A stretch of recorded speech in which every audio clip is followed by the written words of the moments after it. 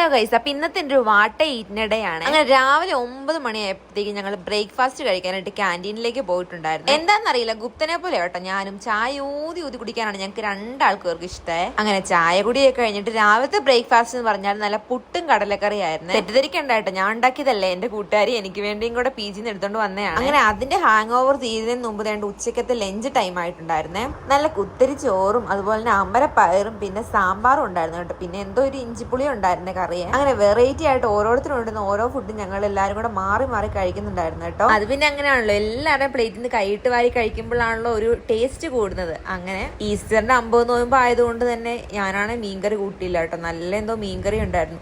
അത് കൂട്ടാതെ ഉള്ള വെജ് കറി കൂട്ടി ഞാനങ്ങ് അഡ്ജസ്റ്റ് ചെയ്തിട്ടുണ്ടായിരുന്നേ. പിന്നെ ഈവനിങ് ഒക്കെ ആയപ്പോഴത്തേക്കും ഞങ്ങൾ എല്ലാവരും കൂടെ ചായ കുടിക്കാനായിട്ട് ഇറങ്ങി കേട്ടോ. ഞാനാണെങ്കിൽ നല്ല പ്രോട്ടീൻ അടിച്ച് കയറാൻ വേണ്ടിയിട്ട് പാലാണ് കേട്ടോ കുടിച്ചിട്ടുണ്ടായിരുന്നത്. അങ്ങനെ ഓരോ കത്തിയൊക്കെ വെച്ച് അവിടെ ഇരുന്ന് എല്ലാവരും കൂടെ കാപ്പിയെല്ലാം കുടിച്ചിട്ടുണ്ടായിരുന്നു കേട്ടോ. വൈകിട്ടായപ്പോഴത്തേക്ക് എല്ലാവരും കൂടെ ഫുഡ് വെളിയിൽ നിന്ന് ഓർഡർ ചെയ്തു കേട്ടോ. ഞാനാണെങ്കിൽ പനീറിന്റെ റൈസാണ് കഴിച്ചിട്ടുണ്ടായിരുന്നത്. പനീറിന്റെ റൈസും പിന്നെ സാലഡും പിന്നെ ഒരു ചാറും അവർ തന്നിട്ടുണ്ടായിരുന്നത്. അതെല്ലാവരും കൂടെ കൂട്ടിയത് ഒരു പിടി പിടിച്ചു. സത്യം പറയുന്നു, നല്ല ഹെവി ആയിട്ട് ഫുഡ് അടി ഉണ്ടായിരുന്നു കേട്ടോ. അങ്ങനെ എല്ലാ ഫുഡ് അടിയും കഴിഞ്ഞ് നേരെ കിടന്നുറങ്ങാൻ പോയിട്ട് കേട്ടോ. Bye, love U.